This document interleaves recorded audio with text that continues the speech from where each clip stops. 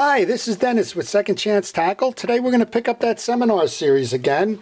We're going to look at the actual repair of the reel. We're going to talk about a couple of things. This is the business of fishing, and specifically used fishing reels, acquisition, repair, and resale. And I'm going to tell you some things today. We're going to go over determining whether there's a value in repairing some reels. We've got a whole bunch of examples laying on the table in front of you. We'll talk about the economics of these things. We'll talk a little bit about the ways to do this, how you should be set up. Talk a little bit about the sources, the resources that you have available to you and things you should look at as you go to acquire the reels for resale. Now, we talked about acquisition the other day. We talked about buying them in all kinds of places, everything from closed out reels to store returns to broken reels that you might find at flea markets and the like. And this is just kind of an ad hoc example of that. People always look at me a little strange, but I probably have 100 or 200 reels laying around at any point, just because they tend to find me. So let's just look at our poster child to start with. This is a good place to start the seminar. I actually bought this one for $5, and we'll go through this and what the logic is in terms of whether you should repair the reel or not. So this is a business, right? The whole idea here is the business of used fishing reel repair and resale, and by its premise, a business is formed to make a profit. And if you're not about making a profit, then it's a hobby. And if it's a hobby, then you can do whatever you like in terms of the reels that you buy, repair, try to resell. But if you want to make money on some of these, then there's some items on here that you would either avoid or you would find an alternate path for. So we've talked a little bit about this one. And the first thing you got to do is you got to look at three things in terms of can you make money on it. The first one is, if this reel is repaired, and this is suffering serious corrosion and probably bad drags, and I imagine that the inside of this is pretty terrible too. If this reel was in very good condition, what would this reel sell for? Now, you can go for a bunch of sources. I poke on eBay just because it's easy. But just go into eBay, put in fishing reels pen, see if there's a pen 60 out there and what it's selling for. And typically what it sells for is about $20. So you have to make a determination, can I get new chrome parts? Is the labor that I put into this worthwhile?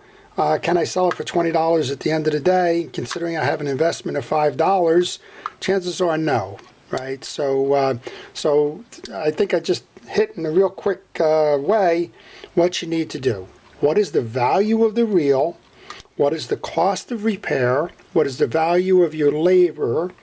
And what is the ultimate resale price? Because at the end of the day, if the resale price does not get back the value of the parts that you put into it, the original acquisition, and compensate you something for the time you put into it, then it's a hobby, right? You take a loss. So let's just take a look at a couple of these examples out there, and we'll talk a little bit about some of the things as we go along the way. So I'm just going to put that poster child aside for a moment, and we'll look at the market value.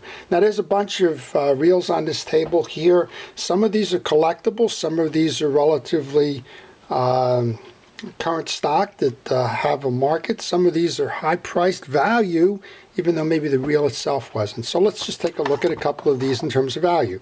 So if you come across a Penn Senator, in this case this is a Penn Senator High-Speed 3.0, it's got a problem, it's got a one clicker.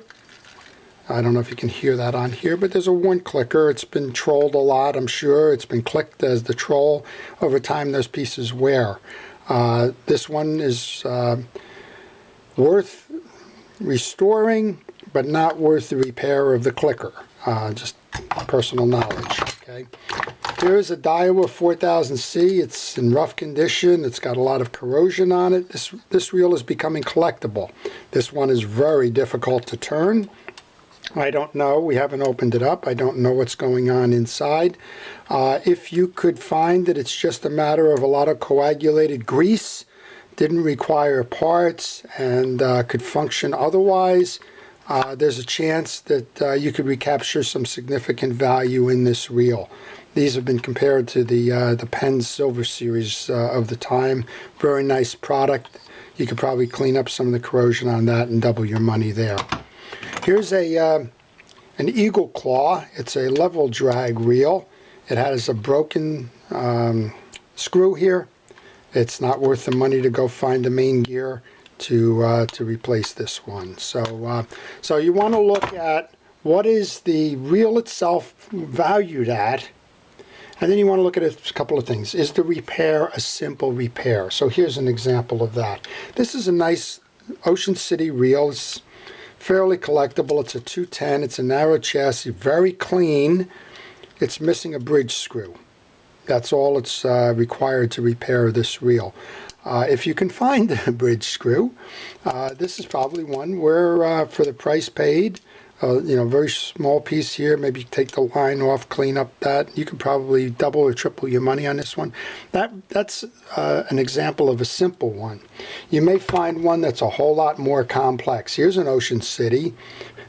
I don't think it's got any value whatsoever. It's got a broken side plate here from a spool gear issue. It's corroded, got a bent metal. It's got a broken side plate here. So I can't even imagine what happened here other than maybe a truck ran over it. Only good for parts, right? There's no collectability in this thing. There's no sense even trying to make a run at that. So is it a simple repair or a complex repair? Then let's look at the other three things. Labor. How long is it going to take you to fix the reel? There's some reels that, here's an example. All you have to do is put a handle on it. The reel kind of works otherwise. So labor, if it's not going to cost much, if you're going to be able to put a screw and put a handle on, that's part of the consideration. What does the parts cost? Okay, maybe minimum here. Maybe that screw costs 50 cents, but it cost me $5 to have the thing mailed to me from a supplier.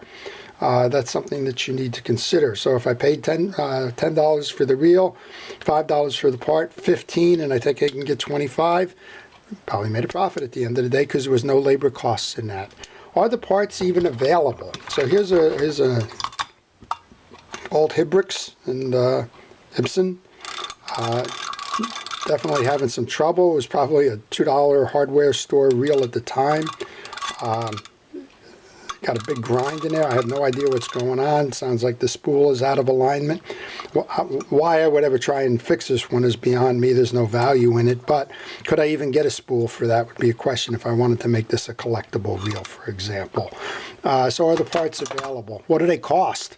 There's been studies out there. I know on the old Ford Taurus, if you bought all the parts to make a Ford Taurus back, quite a few years ago now, the car would have cost you $40,000 without labor just to acquire the parts to put it together when the car was selling for $20,000 new.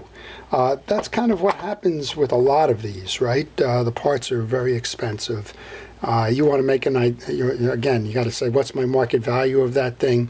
What's it going to cost in terms of labor? What's it going to cost in terms of parts? And then what at the end of the day is left over for me? This would be an example of that. Here's an Abu Garcia. It's an older bait caster. It's missing the bearing shield here, the little cap. Not worth it. Not worth it, right? But there's secondary markets for those as well. And then you have to figure into these things. So here's one that would probably be worth repairing. It was a $5 reel. It's a Penn Delmar. But you look at it, it's got a cracked side plate. All right, well, the side plate you might be able to find used for a couple of bucks. Might still be worth it. Turns tight. I wonder why that is. There might be surprises in here. So you always want to consider, if you're looking at the table on this one, consider that there may be surprises. There may be a frozen gear or something else in there. And that's got to influence what you're going to pay to acquire this reel, because the fixed value at the end of the day, maybe this is a $20 reel if it's all cleaned up. The fixed value at the end of the day has got to subtract out your labor, has got to subtract out the potential for surprises, got to subtract out the costs of the additional parts. And if you're in business, you want to make a profit on that, right? So there's a bunch of reasons why reels can't be fixed, even though there might be some good reels here. One of them clearly is that there's obsolete parts. A Penn not a pen, a Daiwa 50H C-line. Here's an example of that. It's a beautiful reel. It's bulletproof. It's a great product. One of the failure points on the C-line is there's an internal graphite stud on this side plate where when you trip this lever, there's a mechanical piece inside that rides on that stud. And if you do this, if you use this reel enough times, that stud wears down. And the only way to replace that is to replace the side plate. Well, it's obsolete. You can no longer get the side plate from Daiwa. So you might be able to find one online, at which point it might make sense to go buy that as a used part somewhere. You might be able to find a donor reel, but buying it from a manufacturer parts supplier, it's out of the question. It's an obsolete part. There's a lot of other examples like that. So are the parts available? I'm always surprised. Go to the Zebco website and put in a parts search, and you will get a statement that smacks you in the middle of the face. Zebco does not provide parts on rods and reels. There's too many of them, and they don't track them, and they don't support them. If you have a reel within warranty that breaks, they will replace it, but there's no parts available. So red flags right there. If you're out there shopping around for used reels and you come across a Zebco, no parts available. And then on antiques, of course, those that are out of business, and this would be an example of that. This is a Garcia Mitchell 600 series. They're out of business. So you're not going to find any parts for this one around from a manufacturer distributor. So check to make sure that that reel is fully operational and that your repairs are going to be limited to cleaning up the reel, lubricating the reel. You probably can get some replacement drags from other reels that are going to fit this one. The pens seem to line up pretty good to those. But be aware that if you need a part for these things like a spring or an internal side plate screw or that, it's going to be very difficult to find. And then you'll find reels that have gone out of business that actually have greater value to them. This is a Newell, and Newell has gone out of business. Newell was formed by Carl Newell. He was the engineer at Penn Reels who designed the Penn Jigmaster. Went out on his own, created a series of reels. Is out of business. Now you'll hear as I do this that there's a bearing issue here. This reel probably sold new, and I'm going to guess, for about $80, and it's currently worth about $200. It's actually appreciated in value. There's a bearing in here, and the bearings are fairly standard in reels, so this one's worth hanging on to and investing, whether that bearing costs $5 or $10 or $20 or $30, right? So the point here is make sure you know from the beginning what the reel is worth. This is a master rear drag reel. I would tell you, if you're dealing with a rear drag reel, forget it. You're never going to make any money on these things because they sell too cheap to begin with. They're a $10 or a $15 reel. This one's missing a handle. It's not made by a major manufacturer. It's made by Master. It's a disposable, not worth repairing, right? So keep in mind what the value is, what the labor costs are, what the parts costs are, what the parts availability is, and then where your sources are. So let's talk a little bit about your sources. If it's a major manufacturer, if it's Penn, Shimano, Okuma, Quantum, Daiwa, Finor, Abu, you're going to be able to still find parts for that, and most of them you're going to find on the manufacturer's website. So if this pen breaks down, if I need to replace the drags in this one, penparts.com is the answer. I'm noticing as I'm doing this right away that there's no back pedal on this. There's a anti-reverse problem in this reel as well. I can go get an anti-reverse dog. I can get the spring that controls that anti-reverse dog on this reel. So those are available. So Penn, Shimano, Okuma, Quantum, Daiwa, Finor, Abu. You can go right to the manufacturer's websites. They will direct you.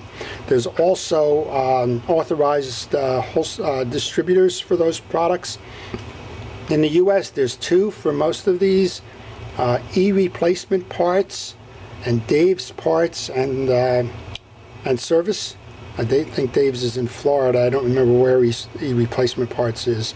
They have websites, E-Replacement Parts and Dave's Parts and Service. Actually, here's a card. I do use the the e-replacement parts. So it's a general distributor and toll-free number, and it's eReplacementParts.com. And they can certainly provide you with a lot of the parts, including Shimano's and Daiwas. But again, you can go to the sources for that. Well, that kind of tells you something about what not to do. If it's not a Shimano, Okuma, Quantum, Daiwa, Finor, Abu, or Penn, which are the major players, you're probably going to have problems acquiring those parts. So know your sources, get your schematic. You're going to have to view a real schematic in order to know what the manufacturer parts are. Almost all of those sites give you access to the schematic, and when you have that real schematic, then you know what the part numbers are that are associated with it, and you can order from there. So here's an example of a Shimano bait runner schematic. It shows the pieces and the bursts, and then underneath it shows the part numbers and the descriptions, and you can go in and you can order against that. So get that and get the factory part numbers there. So when you're ordering parts, when you're doing an assessment as to whether it makes sense here, so you not only have to figure out what did this reel cost. I think this cost about $20. What's it worth in the marketplace? Probably about $40 when it's all cleaned up. What's the price of the anti-reverse dog and the spring? Probably about $2, but you also have to add in, there's going to be about $5 shipping. There's probably going to be another $1 in tax. There's probably going to be some handling charges associated with that. It's another $10. So now I got a $20. I got $10 for that. What do I want for my labor? If I want $10 for my labor, that's what this thing is going to sell for. And oh, by the way, I haven't sold it yet. So there's a cost of resale there as well. So this may be marginal in terms of actually fixing up, and it certainly can't, not going to be able to fix this up unless I buy a new side plate. So, so again, considerations for that all around. But at the end of the day, it's there's a business here, and the business says find the right reel at the start. Stay with something you're comfortable with. There's a reason why you got into this business, whether you you like the Abus, you like the Penns, you like the Shimanos, you opened up one and you found out you had a mechanical talent for some of these older reels and you like working on them. Stay close to where you are with these reels. Figure out which ones are resellable and what the value of that resale price is. Then try to figure out what's wrong with the reels. Is it simple maintenance? That's just labor. Or is there parts involved? For example, if the bail didn't stay open, I got to get a bail spring. What's the pricing of that? Go to your resources. Go to those places I've just directed to you, whether it's a distributor or it's a manufacturer. Find out what the cost of the replacement parts would be, and then start doing the math. Cost of acquisition, parts, labor, value at resale. Do the math. If it's a positive, it's worth doing. And it'll provide you with a lot of fun along the way, and it'll enable you to make some money in this business. So let's talk about the ones that aren't worth it. So I showed you this guy here. It's in Ocean City. Kind of beat the tar, so why do I even have this thing, right? Well, obsolete reel. Usable parts. There's a lot of internal gears that are usable. The handle's usable. The drag knob is usable. Crossbars are usable. I'm not quite sure on the spool. It looks like the spool is okay, even though somebody put a bunch of tape on to conserve line. But there's a demand out there. So if you have a reel that's like this reel and you need side plate screws, or you need a handle or the trip lever or something, there's value in that. So you can take the reels that you can't repair or are not economically feasible to do, and you can sell them as parts reels. Again, I'll just throw it over to eBay, but there's other sources out there. Sell it as parts reels. Let somebody pick these up as donors and use them to fix their own reels.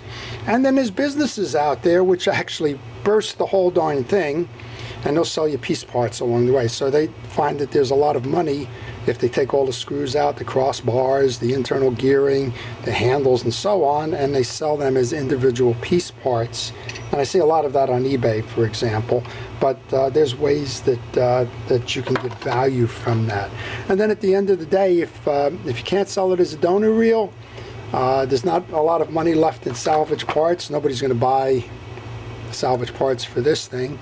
Then I say it's the cost of tuition.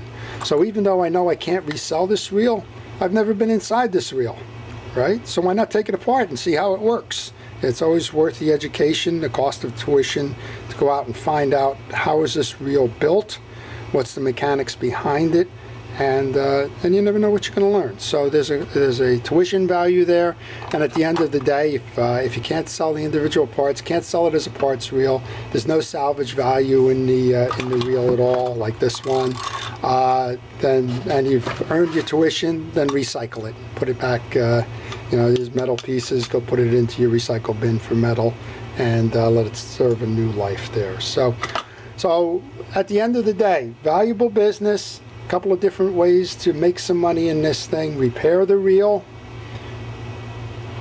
salvage the reel, sell the parts off of the reel, sell it as a parts reel.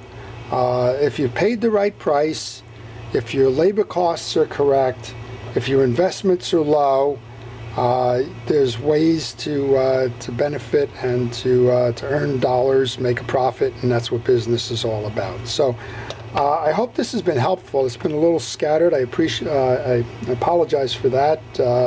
There's so much to say and so very little time to say it all, but I hope I was able to point you in terms of what you look for in acquisition, how you go about this. The repairing, that's the easy part. You've seen videos on YouTube on how to repair any of these particular reels.